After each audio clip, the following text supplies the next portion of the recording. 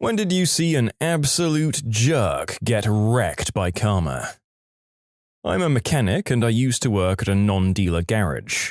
While I was in my third year of my apprenticeship, I wasn't earning much, but I was on around £120 a week. Minimum wage was about £200 at the time in the UK. I could just about afford my own car. It was nothing special, it was a Toyota Corolla 2.0 diesel that literally sounded like a transit van when I put my foot down, and the big ends sounded like they were trying to slowly eat their way through the block. I was just on my way back to work after my lunch break, and as I was waiting at some traffic lights, some kids around my age, 17 through 19, pulled up alongside in a Honda Civic shouting stuff such as, "Get a real car!" because I'd overtaken them on a dual carriageway. The light turned green and the driver accelerated and pulled away like a bat out of heck. Less than half a mile down the road, I saw a big cloud of blue smoke. It was them. They'd blown the engine. I got back to work and told one of my co-workers what had happened, and we both had a laugh about it, as you do. Fast forward an hour or so and a recovery truck pulls in. It was the same Honda Civic that was at the traffic lights. My co-worker was booking the car in.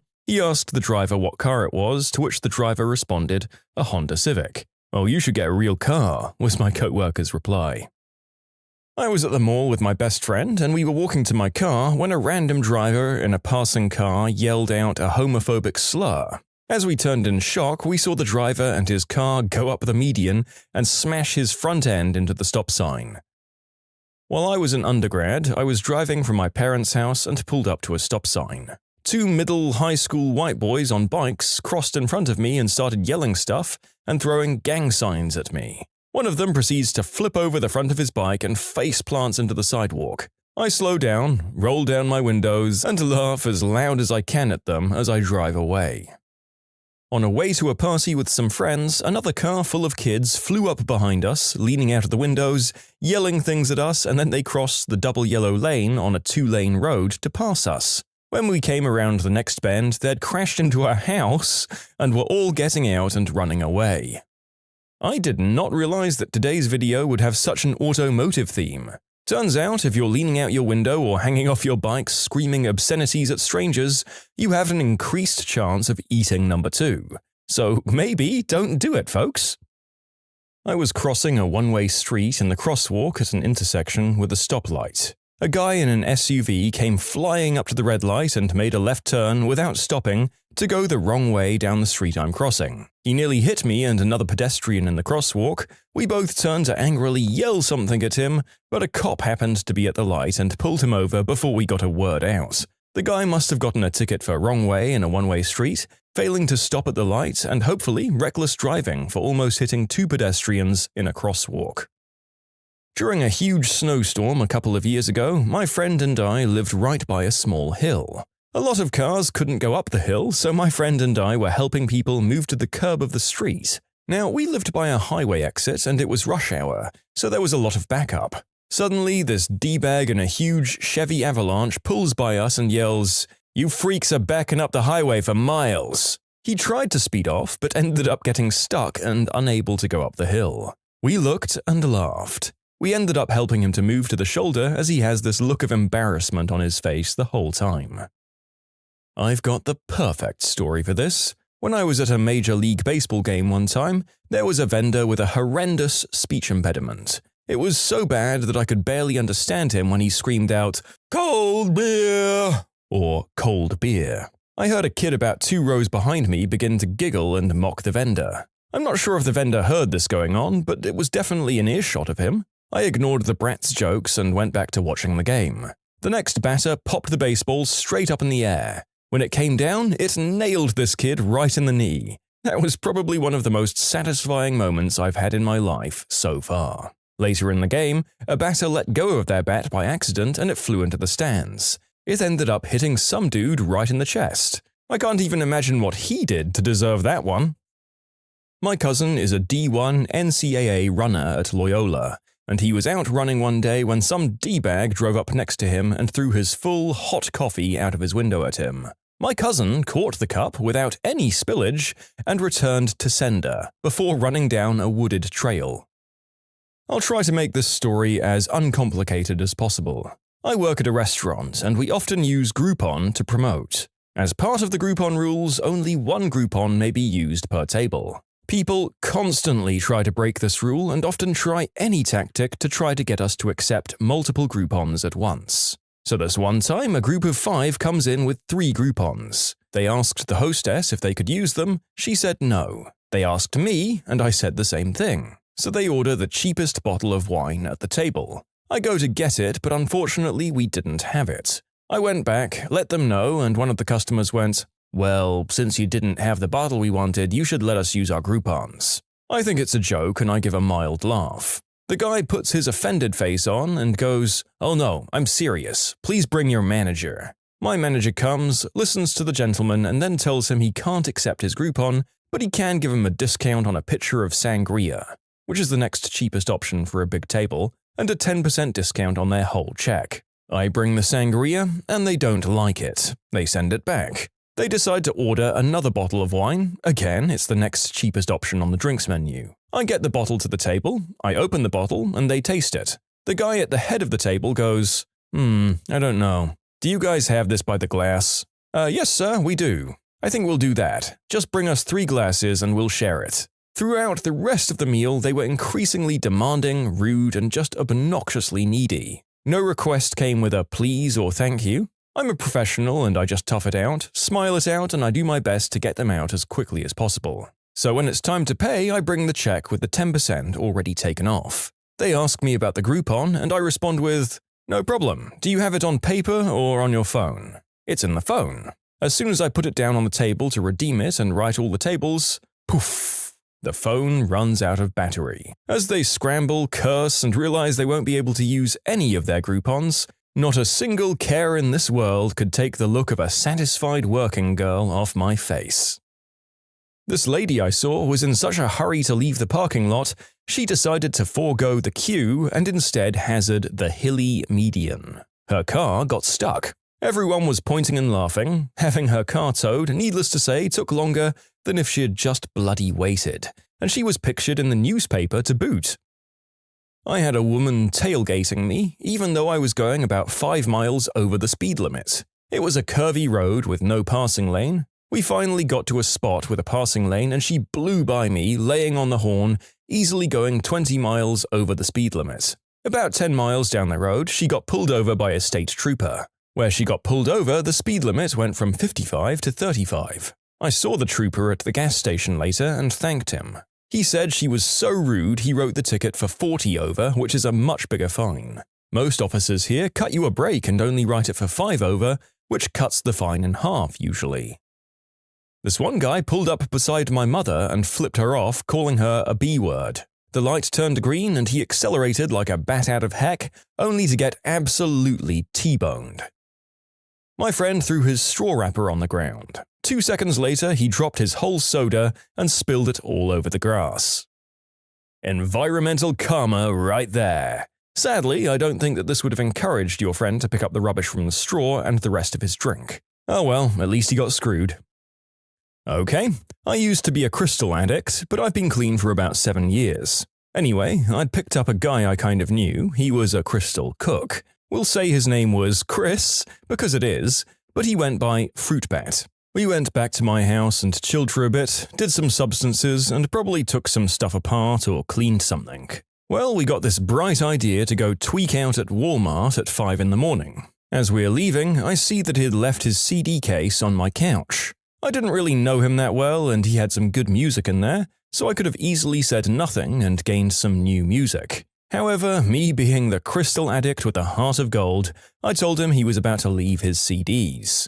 This is important later. He stuffs it in his backpack and we take off. About a half mile down the road, we got pulled over for his idiot butt not wearing a seatbelt. The cop comes up and asks for my license and registration and asks me a few questions. He then asks me to step out of the car and asks me what's up with my friend. I asked him what he meant and he told me the guy was acting very nervous. He asks if he can search the vehicle, and I say, yes. Why, oh why did I do that? I guess in my head at the time we'd just polished off the last of the substances that we had. Part of the way through searching my car, he comes back and asks me if there's anything in Fruit Bat's backpack before he opens it. I told him I didn't know because it wasn't mine. It belonged to the other guy. The officer then tells me that Fruitbat says it wasn't his. It was in my vehicle and therefore in my possession. He puts it on his hood and starts basically pulling out part of a crystal lab from the backpack. He puts me, and only me, in handcuffs and continues searching through the bag. He then pulls a CD case out of one of the front pockets, looks at it for a moment and says, "What was your name again?" I tell him my name. He sets the CD case on the hood, walks off to talk to the other guy. I look down at the case and on the front it says, "Chris's Book of Bangs." He cuffs the guy and puts him in his car, uncuffs me while lecturing me on associating with undesirables, and lets me go. Throughout the entire ordeal, Fruitbat would not make eye contact with me. He went to prison for intent to manufacture crystal. In short, not stealing some guy's CDs kept me from going to prison for intent to manufacture crystal. You can submit your own stories to be featured here on the channel. The story submission link is in the description below. And if you want to listen to some vibey music in the background, check out Easy Mode, also linked below, and subscribe.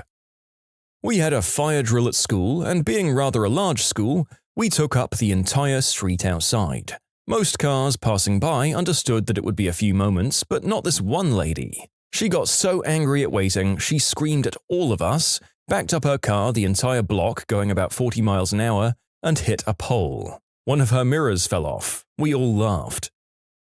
Another high school story. We were hanging out at the local pizza place after a football game, and some kids from another school showed up and started making trouble. I'm a little hazy on the specifics, but somehow they shattered the glass front door of the restaurant and then fled. The cops were called, and as they were questioning people about the incident, those kids for some reason doubled back, lost control of their car, drove off the road and got the car stuck on top of a small boulder in front of the strip mall. The cops very casually strolled over and cuffed them. Mine happened just last night. A guy at my poker table refused to take his friend back to Atlanta, which was about 2 hours away, where the guy's wife and child were being hospitalized after a car wreck. He said he'd just paid for a beer that hadn't come yet, and the game was really good.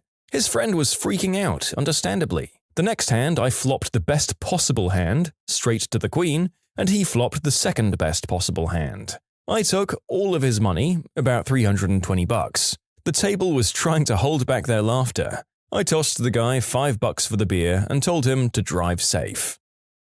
My neighbor many years ago was taunting me and my friends during my birthday party, like he was being a severe jerk, calling us names, yelling at my mum, and then my mum called my dad, and my dad came over and ripped him a new butt. The kid called the cops for, quote, verbal assault from my dad, but it turns out the cops just got the kid in trouble because they found beer in his car. I almost cried at mine, it was so awesome.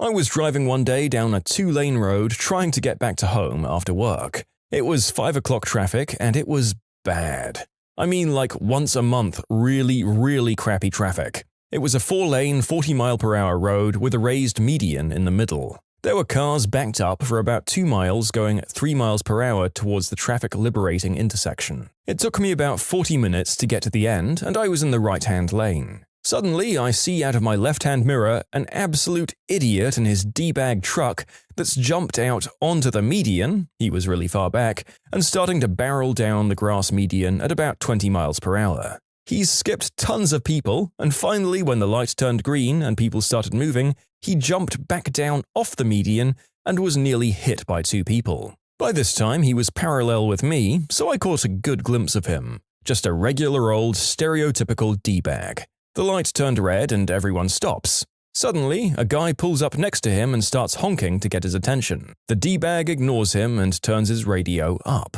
The guy in the other car keeps honking to get his attention, but no luck. Finally, the guy gets out of his car and the D-bag rolls down his window and says, "What the frick do you want, dude?" And the guy goes, "Yeah, I'm pretty sure you either cracked your engine block or ripped off your oil filter when you jumped that curb." The D-bag just shrugs and says, "So what?" So I look down and I see a ton of oil spilling out the front end of his truck. The light turns green and he starts weaving in and out of traffic and gets so far ahead of me that I can't see him. More traffic and about 5 to 10 minutes down the road, I see him pulled over with white smoke coming out of his car. So as I'm passing him, I give him the good old finger while blasting my horn. It was a good day. As we said, we're having a really strong showing from the automotive crowd today. I guess there are just so many things on the road that can go wrong when you're flaunting the rules that are meant to keep you safe. And this guy so deserved what he got. Good stuff. I work the night shift at McDonald's. Every night it was really crowded, and there was one moment I'll never forget. A girl and her friends pulled up and had just ordered one medium sweet tea with extra ice. These girls are being real witches, like the kind of cliché hot girls that are too cool for you, except these girls were on the south side of average borderline ugly. We're out of medium cups, and rather than run back to get some more, I decided to just give her a large cup of tea, and she takes it without question and they drive off. No thank you or anything. Well, eventually they come back like an hour later. They pull up, the driver girl puts it in park, and the passenger girl who got the tea starts screaming at me about how she ordered a medium extra ice, why did I get her a large, etc., etc. All this time I'm just thinking, well then don't drink it all, sheesh. She keeps screaming until it finishes with her saying, F you, and then she throws the full sweet tea at me. Except she misses, badly. She was in the passenger seat, and when she threw it, it hit the top of the car door frame, and the whole cup exploded inside the car, covering these ugly witches in a wet, sticky mess. It gets better. The driver, who hasn't said a word this whole time, shrieks in fury now that she's soaked and floors it. Except she didn't take it out of park, so they sit there, engine howling for a good 3 seconds, before she pushes the stick into drive while she's flooring it. There are ugly clanks and not good-sounding noises coming from the car, and they jerk out of view as they're now screaming at the sudden acceleration out of the drive-through exit, crossing the street and hitting a small ditch that took them 10 minutes to get out of. Once they drove off, I went on break and laughed at them the whole time they tried to get out while eating my meal. Sweet, sweet karma.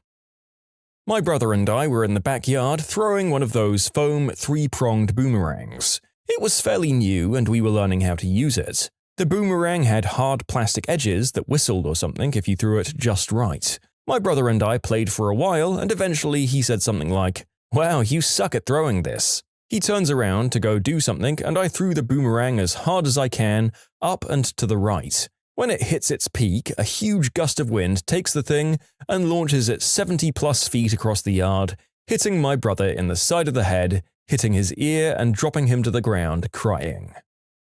There's a 2-lane 40-mile-per-hour road through a commercial area that's particularly dangerous because people regularly speed, change lanes without signaling, among other things. One day I had a car full of idiot teens in the other lane who thought it would be funny to match my car's speed, no matter what speed I was going, making it impossible for me to get into that lane at any point. They were making it very obvious that they thought this was hilarious. They eventually made a left turn onto a connecting road, and because they were still staring at me, smashed into the sign that was right at the corner.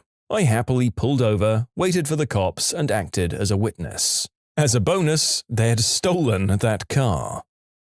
This happened to a co-worker the other day. We work at a restaurant, which happens to be a theater as well, and a couple walks out on my fellow server. It's a typical $20 to $30 tab, but they forgot their camera. The server grabbed it and refused to hand it over until they paid their bill. Sweet, sweet karma. Also, if you've ever walked out of a restaurant, screw you. An ex of mine was working as a lifeguard at the ocean and was throwing sticks at a seagull. He had his keys on one of those springy bracelet things, and when he threw a stick, it got stuck in the bracelet and pulled off his keys. He had to jump in the ocean to get his keys back before they sank. The seagull watched from the top of the water slide, and from the sounds it was making, I'd like to think it was laughing.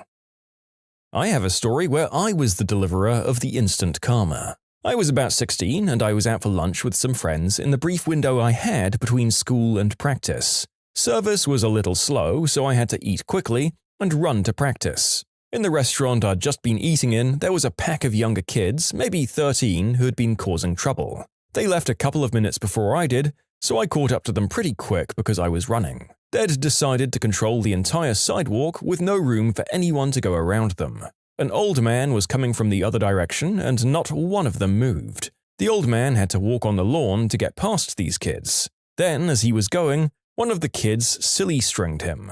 I saw red and unleashed the mother of all flying elbows on the kid with the silly string right in the eye socket. The kid dropped and I just kept on running. Honestly, thinking back on it, I'm a little ashamed I resorted to violence so easily, but gosh darn it, those kids had it coming. I can only hope that they learned a life lesson that day. I was just starting at the gym a few years back, trying hard to work off the fat that my gamer years had packed onto my frame. I was on the bench doing my workout, low weight, high reps, I think I had about 110 and the bar, and some juicehead walks by and scoffs when he sees me sweating my butt off, struggling through my reps. So champ, bro. So champ. He goes over to his own bench and loads it up with weight. These are the assisted bench machines and not free weights. He pushes out a few reps. I can see him sweating it while I'm drinking some water and taking a break. After 3 reps, he can't push it up anymore, and the bar falls on his chest and starts crushing him. He's flailing around, kicking his legs ineffectively like a roach that's been flipped on its back. I slowly walk over to him and look him in the eyes. He's got this crazy, dying animal desperation on his face, and the veins are practically exploding out of his neck. I take pity on him and help lift the bar back off him and onto the rack. As I'm walking away, I look over my shoulder and say, "Champ, bro." For the record, he thanked me and apologized. I was over it before he even started speaking. When you subscribe, make sure to hit the bell to turn on notifications. Put the playlist on in the background to finish listening to all the stories, or if you want some vibey music to put on in the background, check out Easy Mode. If you like Am I the Genius, give Am I the Jerk a shot. Everything linked in the description.